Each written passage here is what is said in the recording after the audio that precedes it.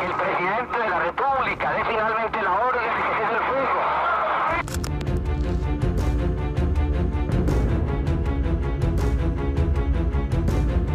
Bienvenidos a Lexcusiones, un podcast creado para dialogar sobre la pasión por el derecho, la justicia, la lucha contra la violencia y la promoción del libre pensamiento.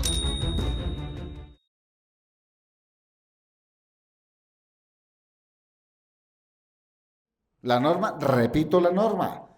En los procesos declarativos procederán las siguientes medidas cautelares a petición de parte. Ojo, a petición de parte, que es muy importante. Literal A. En las acciones reales procederá la inscripción de la demanda sobre el bien objeto de la acción real. En las acciones personales procederá la inscripción de la demanda sobre cualquiera de los bienes del demandado. C. Cualquiera otra medida que el juez estime razonable, que sea proporcional, cualquiera otra. Eso dice la norma.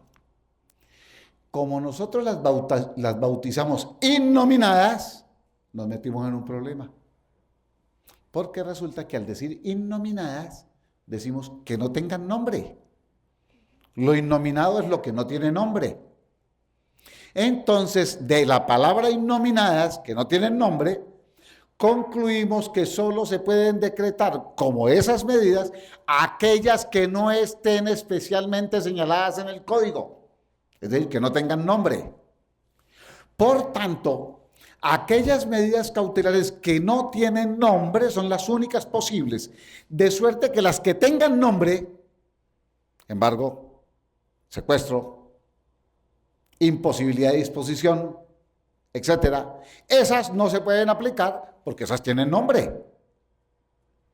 Las que tengan nombre no se pueden aplicar porque la palabra innominada es para lo que no tiene nombre.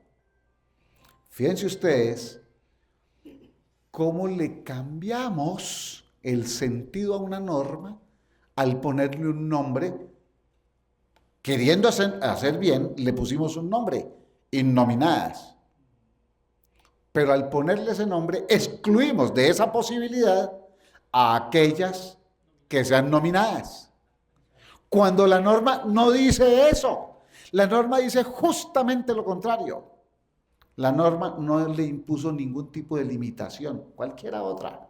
Eso sí, que sea razonable, que sea proporcional, que sea efectiva, que sea necesaria, que cumpla esos requisitos, esos parámetros, son 7 parámetros. Pero no dijo únicamente las que no tengan nombre, no, dijo cualquiera otra que cumpla estos parámetros. Como nosotros a esa norma le pusimos el nombre de innominada, por el nombre de innominada comenzamos a hacer interpretaciones y dijimos, como se trata de innominadas, no se pueden decretar las que sean nominadas. Como en el código son nominadas el embargo y el secuestro, esas no se pueden. ¿De dónde sacamos esa interpretación? De ponerle un nombre a una norma. Le pusimos un nombre y con el nombre ahora le sacamos conclusiones y la embarramos. Y la embarramos porque la idea del legislador fue justamente la contraria. La idea del legislador fue, oiga, las medidas taxativas que proceden en los procesos declarativos son la inscripción de la demanda y la otra inscripción de la demanda, acciones reales y acciones personales. Esa es la medida que cabe. Pero el código quiso decir, habrá eventos en que esa medida o no sea suficiente o no sea posible.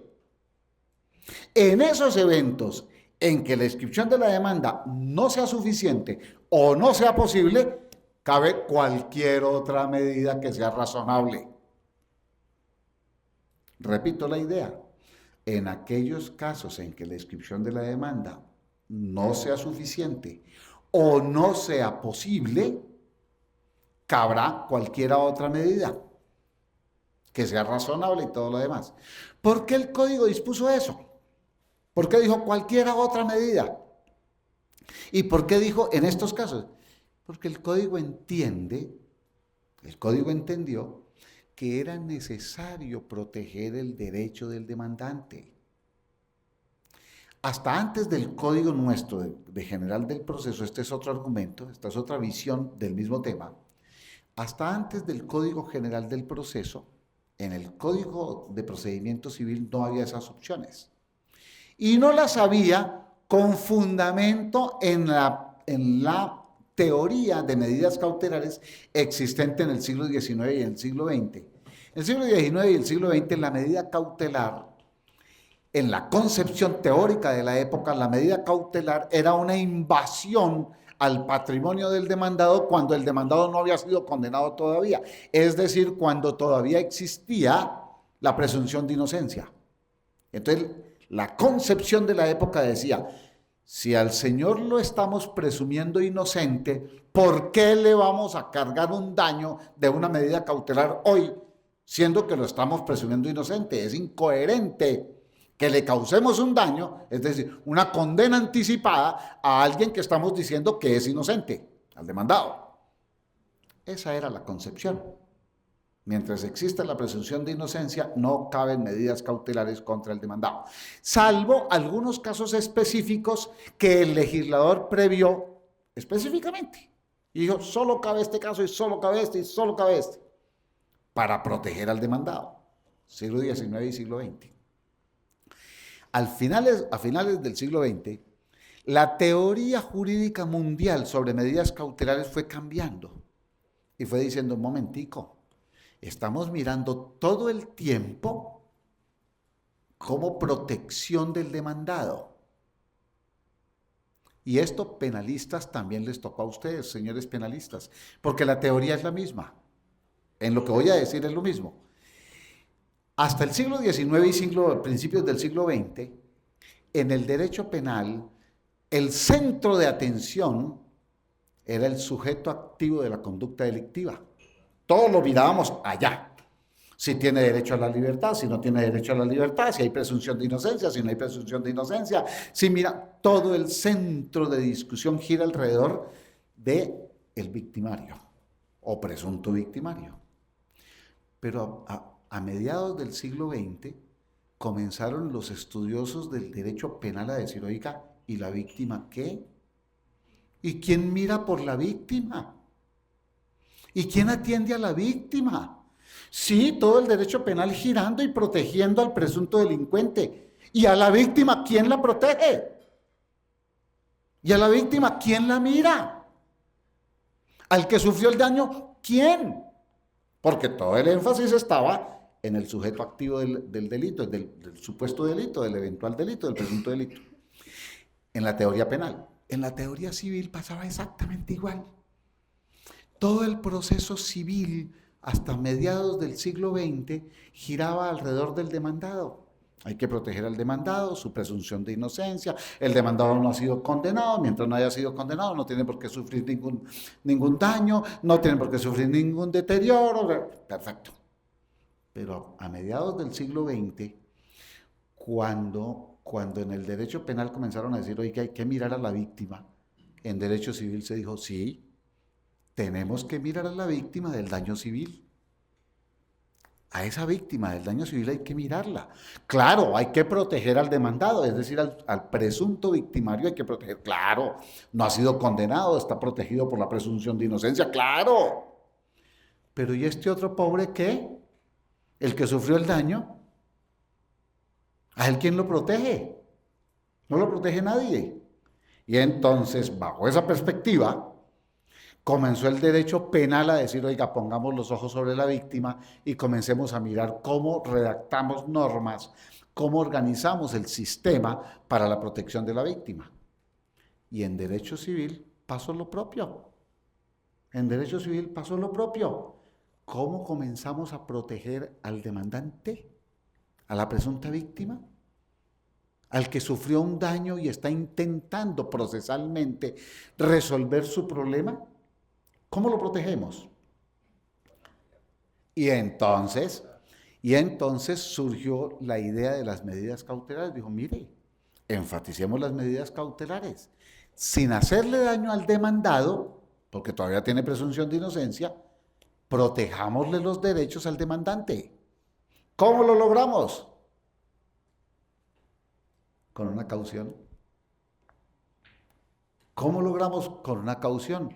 Con la caución le protegemos los derechos al demandado, porque le aplicamos una medida cautelar, pero le aplicamos una contracautela, es decir, una medida cautelar que va a cargo del demandante. Entonces el demandante dice, yo pido como medida cautelar contra el demandado tal cosa, pero pago esta caución que me cuesta tanto para garantizarle los perjuicios que yo le puedo causar al demandado.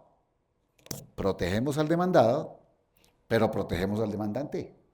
Protegemos al presunto victimario, porque no lo hemos condenado todavía, pero protegemos a la víctima para que si el proceso fluye favorablemente a él, tenga una garantía real de satisfacción de su derecho.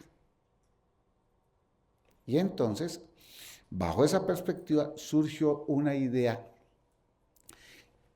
que no surgió a raíz de eso exclusivamente, sino que fue compatible por la época, que fue la idea de la tutela judicial efectiva. Los jueces no tienen por qué dar tutelas judiciales, protección judicial, que no sea efectiva, que sea de mentiras. Una protección judicial, como un proceso judicial, sin medidas cautelares, es una protección mentirosa, eso no existe. Al final, cuando la sentencia se produzca favorable al demandante, no va a haber bienes sobre los cuales hacer recaer el peso de la sentencia para proteger al demandante. Y entonces, ¿para qué lo hacemos? No tiene sentido. Entonces, tutela judicial efectiva. Hay que proteger los derechos del demandante de manera que si la sentencia que se produce resulta favorable a él, pueda efectivamente satisfacer su derecho. Efectivamente, no de mentiras, no en el papel, no en una sentencia para, ¿se acuerdan de las sentencias para? Para enmarcar, que era lo que decíamos en una época. ¿Y usted cuánto ganó? Me gané, hermano, saqué esa sentencia. ¿Y cuánto condenaron a su contraparte? Lo condenaron a 5.000 millones de pesos. ¿Y qué? ¿Y usted qué dice? No, pues no me lo va a pagar, pero ahí lo tengo, porque ¿para qué? Entonces, la concepción de mitad del siglo XX para acá fue, oiga, tutela judicial efectiva, que lo que digamos se convierta en una realidad física, práctica, en el evento de que haya sentencia favorable al demandante. Tutela judicial efectiva, protección efectiva. Y la única manera de hacer una protección efectiva es aplicar una medida cautelar, en el caso del derecho civil, que aprehenda algunos bienes que sirvan de garantía para el pago de la sentencia en el caso de ser ella favorable al demandante. En el derecho penal existe lo mismo. En el derecho penal existen las medidas cautelares para hacer cumplir la sentencia cuando ella resulte favorable a la sociedad. Ahí está la detención preventiva, la detención domiciliaria, solo por poner algunas. Esas son medidas cautelares que están erigiéndose para varios motivos, para varias funciones, o cumplen varias funciones. Una, impedir que el presunto delincuente siga delinquiendo. Dos, estar expuesto a que la acción de la justicia, en caso de haber sentencia favorable a la sociedad, pueda cumplirse de manera efectiva. Tutela judicial efectiva a la sociedad. O sea, en ambos está el mismo régimen. Entonces, fíjense ustedes, si nosotros pensamos en tutela judicial efectiva, entonces estamos diciendo, oiga, si nosotros creamos limitaciones y por tanto impedimos ciertas medidas cautelares en el proceso civil, si estamos protegiendo efectivamente al demandante. Entonces la conclusión a la que llegamos es, no lo estamos protegiendo. Si nosotros decimos, por ejemplo, que la medida de embargo no procede en un proceso declarativo, porque ella es nominada y solo proceden las innominadas, lo único que estamos logrando es que no haya efectividad en la tutela judicial al demandante. No hay efectividad. Entonces, hay que darle una mirada con esa revisión. Ahora, ejemplos prácticos en el mundo de hoy. Lo práctico, lo que puede ocurrir cualquier día. Como la norma del 590 dice, debemos o es procedente la inscripción de la demanda en acciones reales, es procedente la inscripción de la demanda en acciones personales, y cabe cualquier otra medida, entonces viene un ciudadano y le dice al juez, juez, como ahí dice que cualquier otra medida, yo le pido el favor de que se practique un embargo sobre la posesión que tiene el demandado sobre este lote de terreno ubicado en tal parte. Y entonces el juez le contesta, no señor, no señor, porque usted puede pedir inscripción de la demanda que ahí está. Taxativamente, sí, pero lo que pasa es que mi demandado no tiene bienes con inscripción de demanda. No tiene bienes sujetos a registro, no puedo, no tengo qué. Lo único que mi demandado tiene es un lote de terreno ubicado en tal parte, calle tal, carrera tal, que lo tiene en posesión, es lo único que él tiene, pero la posesión no se inscribe. Entonces no hay inscripción de la demanda sobre esa posesión. Luego no puedo pedir inscripción de la demanda porque no es posible. Señor juez, le pido el favor de que practique el embargo de esa posesión. Y el juez le dice, mire, el embargo es una medida cautelar nominada. Y como aquí no proceden sino las innominadas, entonces no se lo puedo decretar. Y que le vaya bien, señor, que esté muy bien. Siga adelante su proceso, gáneselo, pero al final piérdalo porque no va a sacar nada. ¿Me estoy haciendo entender? Y entonces el ciudadano se queda mirando eso y le dice a su abogado, pero doctor, yo estuve mirando su norma, la norma que usted dice, el 590, y ahí no dice que solo proceden las innominadas. Ahí dice que procede cualquiera otra. Doctor, ¿y usted? No, pues que el juez dijo. Es más, mi contraparte también dijo lo mismo. Y nos quedamos, doctor, sin protección. Nos quedamos sin protección porque la teoría es la de las innominadas y todo el tema que ya sabemos. Conclusión, esa interpretación atenta contra el derecho constitucional fundamental de tutela judicial efectiva. Esa interpretación atenta contra un derecho constitucional fundamental de los ciudadanos. Por otro lado, esa interpretación está partiendo del uso semántico, es decir, está partiendo del uso de una palabra innominada, que no está contenida en la norma no la contiene, la norma dice justamente lo contrario, que no hay limitaciones, que se puede cualquier otra medida cautelar, eso sí, siempre que sea razonable, que sea proporcional, que De manera que la conclusión sería, de acuerdo con el 590, cabe cualquier otra medida. Pero como el problema nos lo trajo una palabra que le pusimos y que no está en la ley, la palabra innominadas, pues ¿cuál debe ser la manera de restablecer la situación? Quitemos la palabra, fácil. Quitemos la palabra innominadas. Entonces, cuando alguien dice, el artículo 590 contiene inscripción de la demanda en el numeral primero, el literal A, el literal B, inscripción de la demanda, el literal C, no digamos innominadas. Digamos las medidas cautelares del literal C, que es cualquier otra medida. O pongamos, como nos gusta ponerle nombre a las cosas, pues pongámosle un nombre. Medidas cautelares abiertas. Abierta. Es decir, al libre análisis del juez, siempre y cuando se cumplan los 7 parámetros que están establecidos en la ley. Pero quitémosle la palabra innominadas a la doctrina, porque de esto habla es la doctrina.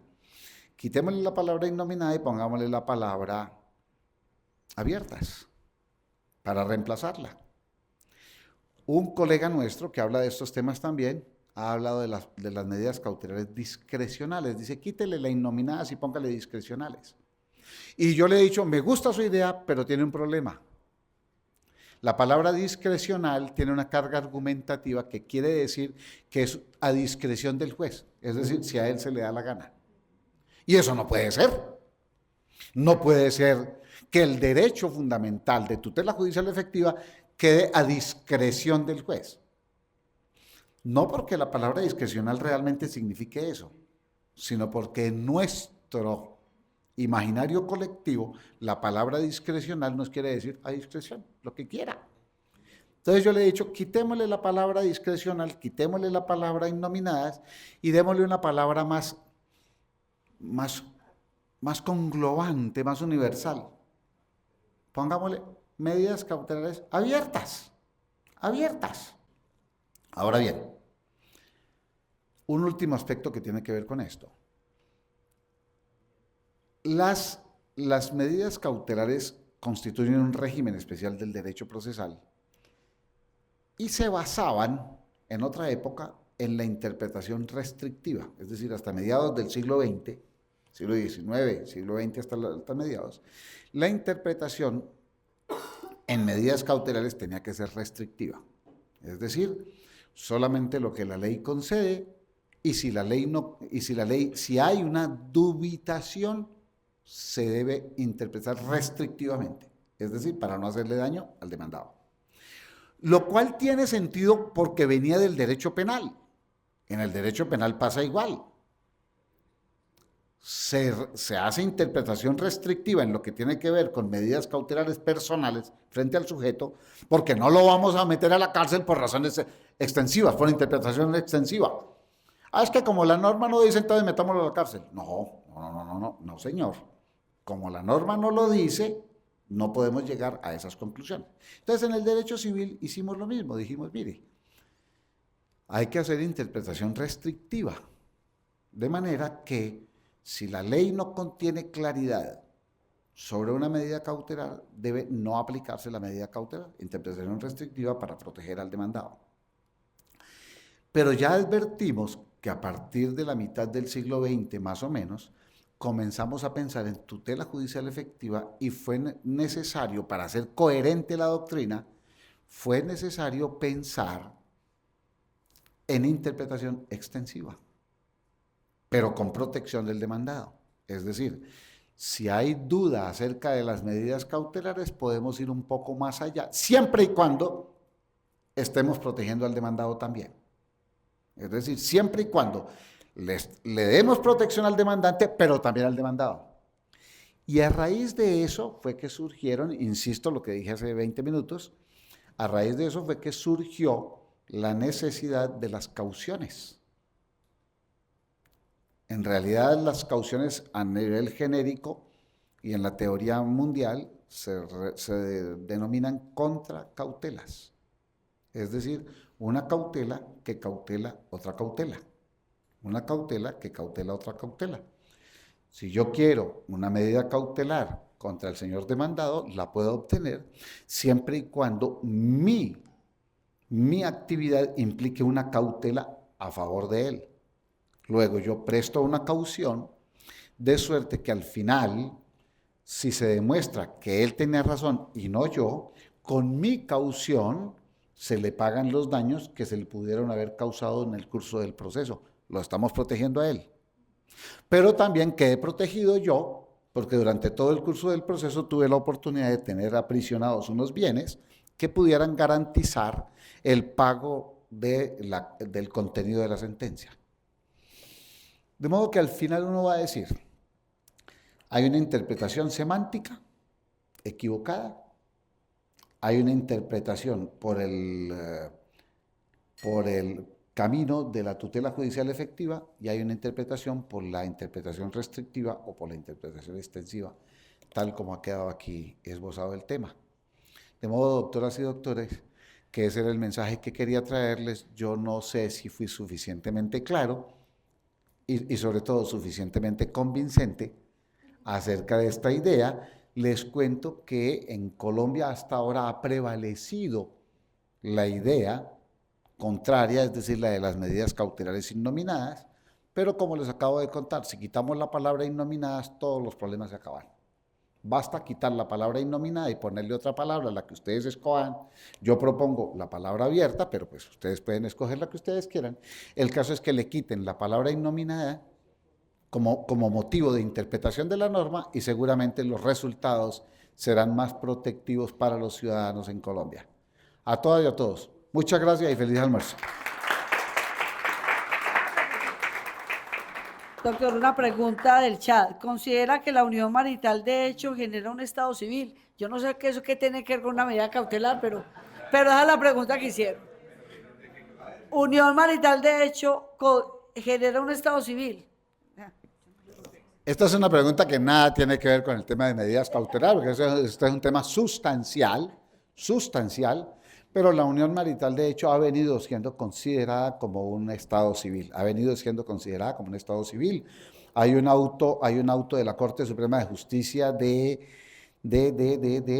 doctor Jaime Rubla, de por allá del año 2000, no, como 1900, no, como 2004, tal, no, 2008 o 2006, un auto que habla del tema y aporta para decir que sí se trata de un estado civil, que sí se trataría de un estado civil.